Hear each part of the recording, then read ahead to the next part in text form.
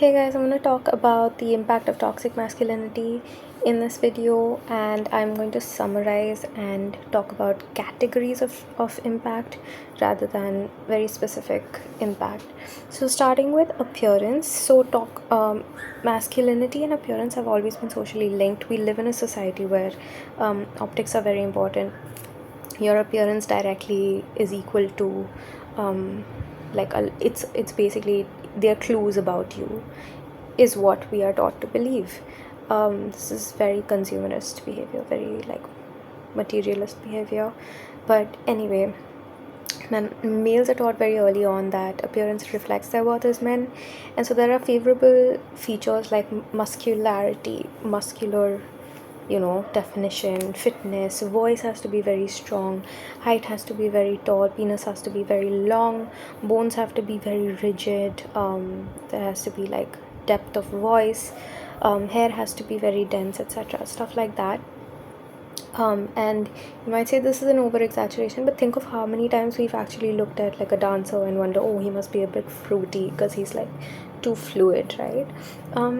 These are judgments that we're constantly passing, and there's a lot of pressure on men to look manly because being they also, what I just said about being gay or being bisexual, that's something that men like believe that they have to avoid. Like the accusations are so humiliating for men. And so basically what happens is a distinct hierarchy arises where men who have these preferred masculine features are celebrated, and men who don't have these features or are slightly feminine, which is basically the enemy of masculinity, they're mocked or they're given nicknames, things like that. And that's basically bullying, and it results in a really low sense of self and a distorted perception of the self. This is really shitty. So most men are not this 1% Greek god sort of vibe, right? So what we do see a lot of times is a rejection of the self, and we see a lot of like body dysmorphia, and we see a lot of men sort of using performance enhancing drugs and medication, and that's a whole can of worms. So basically there's a lot of this hierarchical sort of structure where men are the hotter or more attractive men, more physically attractive men are on the higher is part of the ladder, whatever, and then there are men who aren't meeting these physical standards, and they're the lower ones. And a lot of times these really attractive, so-called attractive men, they forget that the personalities need development as well. But because they have this hyper focus on this external facade, it also transposes into other things like how beautiful is his wife, or how swanky is his apartment, or how big is his car, how expensive is his car, and so on. And the men who are on the lower side, they just feel disregarded because they're rejected often, even by women, even in the arranged marriage arena. Yeah, a lot of times it's just straight up rejection. It results being unattractive, or not meeting these standards results in being rejected, and that's really sad that we live in that kind of a society. There are so many more implications of being rejected, like you never have a family, you don't get to have children, things like that. Yeah, there are real life implications to not matching these hyper masculine standards. Okay, so number 2 is material and economic status. So this one's a bit tricky because historically men have been expected to provide financially and materially. So naturally, the man's capability to provide became like a sort of cornerstone of the masculine identity. And a man's worth is often measured by what he owns or what he earns, right? And this is also partly because women for the longest time weren't allowed to contribute to the family, and they were not expected to earn for the family either, so naturally someone had to earn. And just how women's abilities to make a gold roti or raise good children, right? I mean, these are the sort of traditional ways that we sort of perceived women. In the same way that those were the standards for women, these are the the man's ability to provide and how much and how well he's doing it is the standard for, or is sort of the hyper masculine and toxic masculine standard. So it's going to be basically due to the materialist and consumerist nature of society as we know it right now. A man's cars, the size of his house, his job title, amount of land he owns, how many countries he's visited, the brands he wears, and so on. This is equated by with his masculinity. Basically, the more wealth you have, the more of a man you are. So this pressure to be financially successful is a bottomless pit, because anything except this highest degree of like financial success is considered a failure. Except there's a problem, which is it's not well defined, in that we don't have numbers. What we do have is this like sort of artificial standard that one feels like they need to meet. And there's always going to be, problem is there's always going to be someone who's above you, and no one wants to be under someone else. But that's just how this hierarchical structure, this toxic masculine structure is built on. We're constantly evaluating who is above and who is below, and we don't want to be the one below. So we do, I mean, obviously being financially successful isn't a bad thing. It's a wonderful thing. It's just being so financially successful can be so exhausting, and that it basically becomes a fast track to burnout. And it results in like anxiety and emotional stress, and it also results in like a lack of contentment and peace, because it's not easy to be super financially successful, but we're all driving and pushing to be like this ultimate like Jeff Bezos, like Elon Musk type wealth. But yeah, it's really hard. And so there's no allowance to ask for help or to seek support or to take a pause, to take some time out, and just like retreat a little bit, because that makes you a lesser man. And that's like exhaustion. That's so much exhaustion. That's why a lot of men are just like so checked out, dissociated entirely. And additionally, most people also decide how much respect to give to people, men, based on how much money they make, or how much jewelry they're wearing, how much jewelry their wife is wearing, things like that. And this also impacts the way that a man feels about himself. Like, for example, if I'm man A and man B is standing next to me, and man B gets all the respect, and people stand up when he walks into the room, man A starts feeling like, holy shit, like I'm a lesser man. And that makes me feel really bad, because man B is wearing all these chains and he has like diamond grills and stuff, and naturally he looks richer, so people are just going to give him more respect. And so that makes man A feel really, really lowly about himself. Superficial things like this, really, but self-worth has nothing to do with that, honestly. It's just, money is just points. But anyway, so men do try to achieve financial success, and they try to push themselves, and they end up burnt out a lot, and they are emotionally numb a lot. And so they also end up neglecting their health. They end up neglecting their familial duties, and they don't have any relationships with their parents. They have no relationships with their children.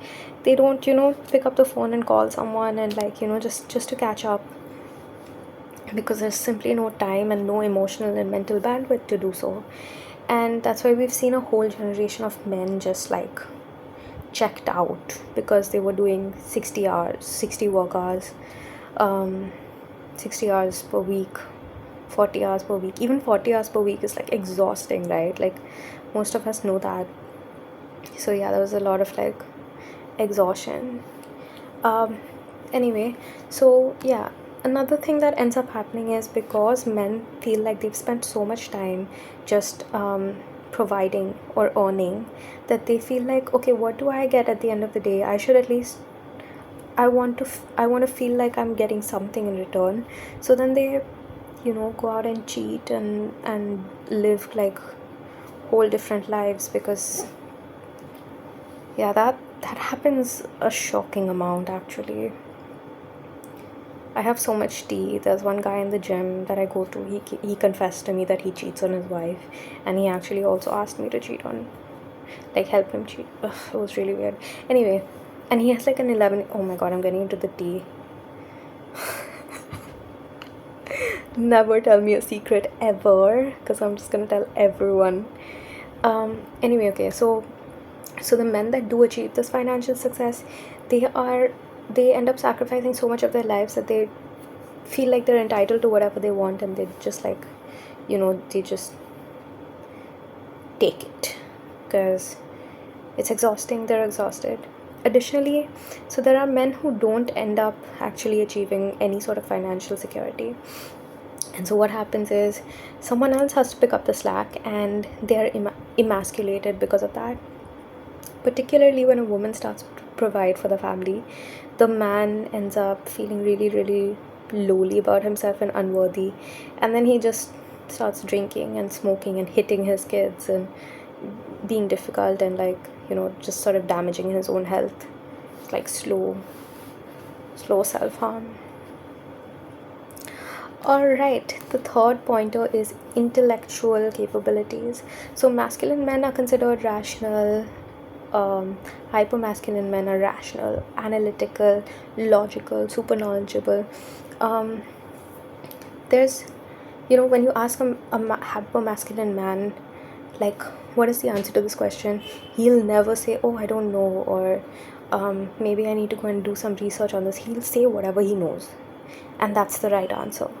And the reason is that, and it could just be the wrong answer actually, because oftentimes there's no humility, right? There's no allowance for humility or for this sort of cup being half full, because you need to have a sense of humility and lessen yourself in order to learn and to gain the skills that you need to gain in order to be right. But that's too feminine, that's too unmanly. And so masculine men want to know everything about everything, and they're innovators and thinkers and planners and this and that. And because men are expected to be intelligent and confident and have this expertise and all this, they feel like they always have to be right, because who wants to be wrong? Being wrong is really humiliating. And so it results in arrogance and a fear of being wrong. And there's this sort of discomfort in saying, oh, I don't know, maybe I should, ask my wife, or maybe I should ask my sister, because she's a female. Females are lesser than men. That's what hypermasculine men, toxic masculine men believe. The toxic masculine man would also never allow an intern to speak, or someone who's lower to speak or to correct him. And that's a problem, because they're not open to ideas at all. And so there's a likelihood that in order to try to dominate conversations, a toxic masculine man might just like dismiss a person or reject suggestions, because pride will not allow a toxic masculine man to entertain the idea that his ideas can be improved upon, because his ideas are perfect, he's right, there's no question about it. And men often feel emasculated if they're corrected, or if they don't know something.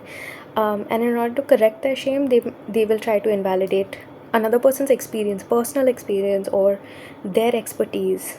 We see this online all the time. And then they try to mansplain because they feel inadequate. And they just want to prove that they know something. And so, they'll correct you. Whether you know what you're talking about or not, a man will correct you. And this is the mentality behind it. Toxic masculinity is more about appearing smarter than everyone else than it is about being smarter than everyone else, because being smarter than everyone else requires you to have humility and to lower your pride. and that's hard, and that's painful. Yeah. And curiosity is embarrassing for toxic masculine men. Alright, so pointer 4 is emotional state of mind. Masculinity does not allow for emotions because emotions are considered feminine, so which is the enemy of masculinity. So fear, sadness, vulnerability, these are all traits that are considered weak. And a lot of this is how men are raised, and male children are taught to suppress their emotions all the time. But the thing is, since these emotions come organically from inside and they exist, they're real, right? They're inside your body, they're inside your brain, they exist, they're real. You cannot just pretend that they don't exist, because what ends up happening is you think that you can just like pretend that they don't exist and they'll just go away. But what ends up happening is they mutate and they distort and they fight to come to the surface. And as a result, what happens is because of this distortion, they become the wrong version of it. So then we have like sadness can become anger, fear can start looking like control, and these vulnerable spots in a man make men feel really uncomfortable, because it feels like my guard is down, right? As a man, I don't want to have my guard down because someone else is going to attack me, and it's so uncomfortable and hurts so much to be hurt that I as a man want to try to avoid as much as possible being hurt. And when I'm lonely, I would rather just put on some music, get some alcohol, or smoke some weed or something like that, right? Or ask or call up a hooker, right? These are things that, because short-term validation is so much easier than like sitting with my feelings. And so we see this addiction behavior a lot, short-term validation chasing. And emotionally repressed men have a lot of difficulty connecting with other people, not just men, because they're apathetic and they're in the practice of numbing themselves over and over again. So when you keep practicing something, you get really good at it. And so because you're not allowing yourself to feel your feelings, you end up numbing yourself and feeling nothing at all. And that's really difficult and sad, because you're a human being and you really should feel the entire range of emotions. It's such a fantastic thing to feel hurt and to feel pain, because you still can feel that, and it changes your whole system. And over time, as you continue to feel these things, you sort of train yourself into feeling them and managing them and being able to regulate them. So men know that feeling feelings is uncomfortable, and so they try not to do it. And so then we see a lot of breakdowns, we see a lot of men going crazy, toxic masculine men. We see a lot of depression, because numbing the self results in depression a lot. We see a lot of substance abuse, which is a very, very common coping mechanism, and that's due to emotional neglect, emotional suppression, and abuse. A lot of men go through a lot of emotional abuse that also results in addiction.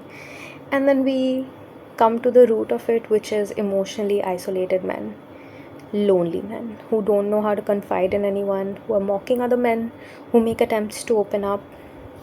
We see whole generations of men just physically being present, but emotionally just completely being checked out. And then these emotions come up, and then we see rage, we see violence, we see cruelty. We see this all the time. We see it on Ask Indian Men, things like that, like it's crazy. Men are going crazy. So if men were able to feel safely, this wouldn't be the case.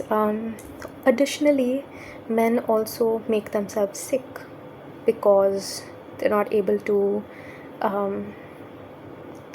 feel their feelings properly, and they don't know how to manage their feelings properly and regulate themselves, and they don't learn resilience, which is basically the ability to bounce back up once you do go through like sort of a negative experience. And that's when we see hemorrhoids, liver disease, heart disease. We see a lot of joint problems because there's a lack of flow of emotion through the body, and there's a lot of tensing of the self. And it obviously doesn't help that there's addiction involved, and there's intoxicants, and then there's mental emotional problems. Alright, my next video is going to be a continuation of this video where I'm going to discuss the sexual impact of toxic masculinity on men. Alright, I love you. Bye bye.